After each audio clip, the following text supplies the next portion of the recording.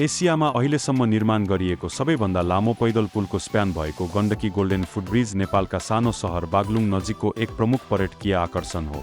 बागलुङ र कुस्मा बीचको सम्पूर्ण काली गण्डकी नदीको खोज क्षेत्र नेपाल शैलीका पैदल पुलहरूको एउटा सङ्ग्रहालय जस्तै बनेको छ, जहाँ उल्लेखनीय लम्बाइ र उचाइ भएका कम्तीमा 7 वटा प्रमुख पुल स्प्यानहरू रहेका छन्।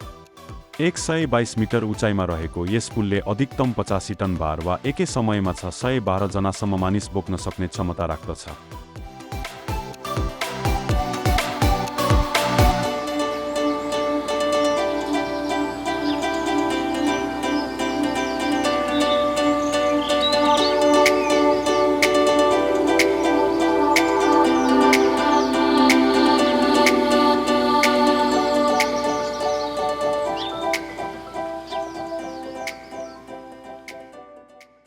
काली गण्डकी नदीमाथि बागलुङ कालिका भगवती मन्दिर नजिक निर्माण गरिएको 567 मिटर लामो झोलुङ्गे पुल गण्डकी गोल्डेन ब्रिज यस क्षेत्रको एक लोकप्रिय पर्यटकीय आकर्षण बनेको छ।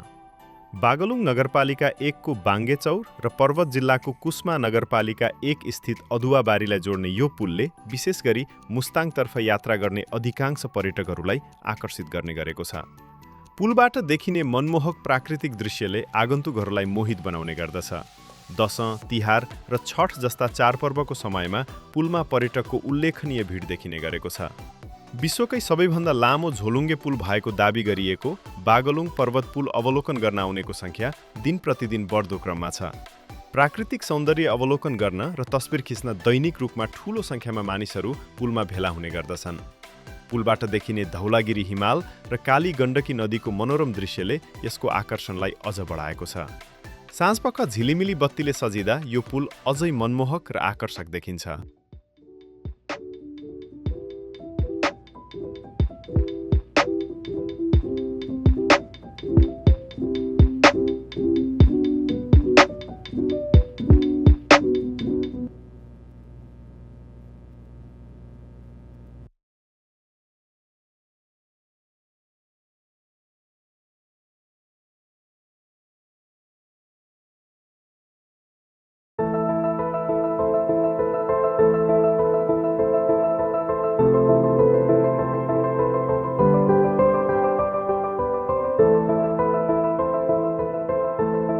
कालिका भगवती मन्दिर बहुछाना मन्दिर वास्तुकलाको उत्कृष्ट उदाहरण हो।